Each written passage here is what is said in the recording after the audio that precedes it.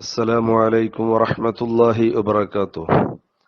SSF Wisdom Hadith Class 168 عن أبي الدرداء رضي الله عنه عن النبي صلى الله عليه وسلم قال من رد عن عرض أخيه رد الله عن وجهه النار يوم القيامة. ബഹുമാനപ്പെട്ട ഇമാം തുർമുദി റളിയല്ലാഹു തആല അൻഹു റിപ്പോർട്ട് ചെയ്യുന്ന ഹദീസ്.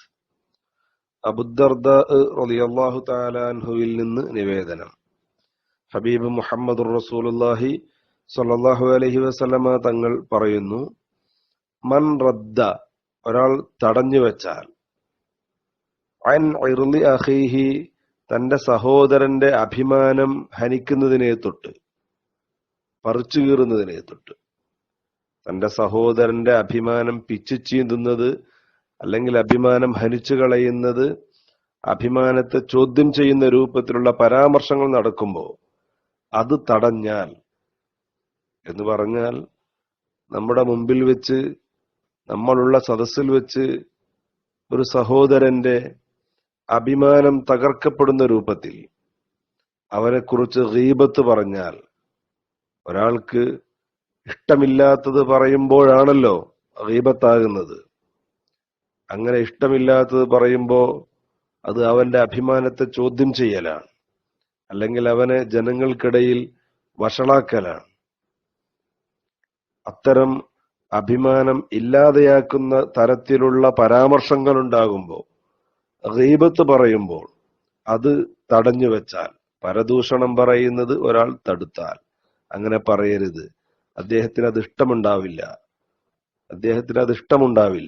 അതുകൊണ്ട് നിങ്ങളത് പറയരുത് എന്ന് പറഞ്ഞുകൊണ്ട് പരദൂഷണം പറയുന്നവരെ അതിൽ നിന്ന് പിന്തിരിപ്പിച്ചാൽ, റദ്ദല്ലാഹു അൻ വജ്ഹിഹി, ഈ പിന്തിരിപ്പിച്ചവന്റെ മുഖത്തെ തൊട്ട് എന്ന് പറഞ്ഞാൽ പിന്തിരിപ്പിച്ചവനെ തൊട്ട് അല്ലാഹു തആല തടുക്കുന്നതാണ് അന്നാറ, നരകത്തെ, യൗമൽ ഖിയാമത്തി, ഖിയാമത്ത് നാളിൽ. ഇങ്ങനെ ഗീബത്ത് പറയുന്നതിൽ നിന്ന് മറ്റുള്ളവരെ പിന്തിരിപ്പിച്ചവനെ തൊട്ട് അല്ലാഹു തആല നരകത്തെ തടുക്കുന്നതാണ്. അവനെ നരകത്തിലിടാൻ അല്ലാഹു സമ്മതിക്കില്ല. അല്ലാഹു തആല അവനെ നരകത്തെ തൊട്ട് രക്ഷപ്പെടുത്തുന്നതാണ് എന്നർത്ഥം. ഒരു വലിയ പുണ്യമാണിത്. ഒരു വലിയ തെറ്റിൽ നിന്ന് രക്ഷപ്പെടുന്നതോടൊപ്പം ഗീബത്ത് അഥവാ പരദൂഷണം പറയലും കേൾക്കലും തെറ്റാണ്, കുറ്റകരമാണ്.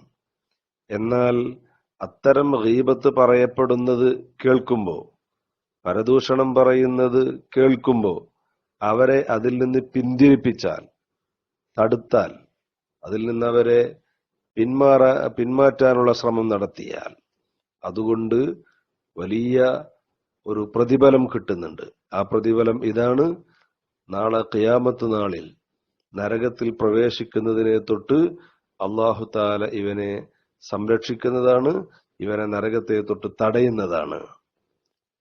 ഇവിടെ സംഭവിക്കുന്നത് ഈ പ്രതിഫലം കിട്ടുന്നു എന്ന് മാത്രമല്ല, ആ സഹോദരനെ സമൂഹമധ്യത്തിൽ താറടിക്കുന്നത്, അല്ലെങ്കിൽ സമൂഹമധ്യത്തിൽ വഷളത്തരത്തിലും പരിഹാസ്യനുമൊക്കെയാക്കുന്നതിനെ തൊട്ട് ജനങ്ങളെ തടയുക എന്നൊരു വലിയ പുണ്യവും കൂടി ഇവിടെ നടക്കുകയാണ്. അപ്പോ ഗീബത്ത് പറയപ്പെടുമ്പോ, പരദൂഷണം പറയുമ്പോൾ അത് കേട്ട് ആസ്വദിക്കാതെ, അല്ലെങ്കിൽ അത് കേട്ട് മൗനം പാലിക്കാതെ അതിൽ നിന്ന് മറ്റുള്ളവരെ പിന്തിരിപ്പിക്കാനാണ് നാം ശ്രമിക്കേണ്ടത്. അതാണ് ഒരു മുസ്ലിം സ്വീകരിക്കേണ്ട ശൈലി എന്നാണ് ഹബീബ് സല്ലല്ലാഹു അലൈഹി വസല്ലമ തങ്ങൾ ഈ ഹദീസിലൂടെ നമ്മെ ബോധ്യപ്പെടുത്തുന്നത്. നമ്മുടെ പരിസരങ്ങളിൽ ഇപ്പോ വളരെ വ്യാപകമായ ഒരു ഏർപ്പാടാണ് മറ്റുള്ളവന്റെ കുറ്റവും കുറവും ഇങ്ങനെ പറയൽ. ഉള്ള കാര്യങ്ങൾ തന്നെയാണ്. സാധാരണഗതിയിൽ ഗീബത്ത് എന്ന് പറഞ്ഞാൽ നമുക്കറിയാമല്ലോ, ഉള്ളത്, സഹോദരനെ കുറിച്ച് ഉള്ള കാര്യങ്ങൾ തന്നെ അവൻ ഇഷ്ടമില്ലാത്തത് പറയുമ്പോഴാണ് പരദൂഷണം ആകുന്നത്, ഗീബത്താകുന്നത്. അത് പറയാൻ എല്ലാവർക്കും താല്പര്യമാണ്, അത് കേൾക്കാൻ ഒരു സുഖമാണ്. പക്ഷേ ആഖിറത്തിൽ അതിന്റെ വലിയ ശിക്ഷ ലഭിക്കുമെന്ന ബോധം നമുക്ക് വേണം. അതുകൊണ്ട് തന്നെ അതിൽ നിന്ന് ജനങ്ങളെ പിന്തിരിപ്പിക്കാനാണ് നാം ശ്രമിക്കേണ്ടത്. അല്ലാഹു തആല അതിന് നമുക്ക് തൗഫീഖ് നൽകുമാറാവട്ടെ. ആമീൻ. ബിറഹ്മതിക യാ അർഹമർ റഹീമീൻ. അസ്സലാമു അലൈക്കും.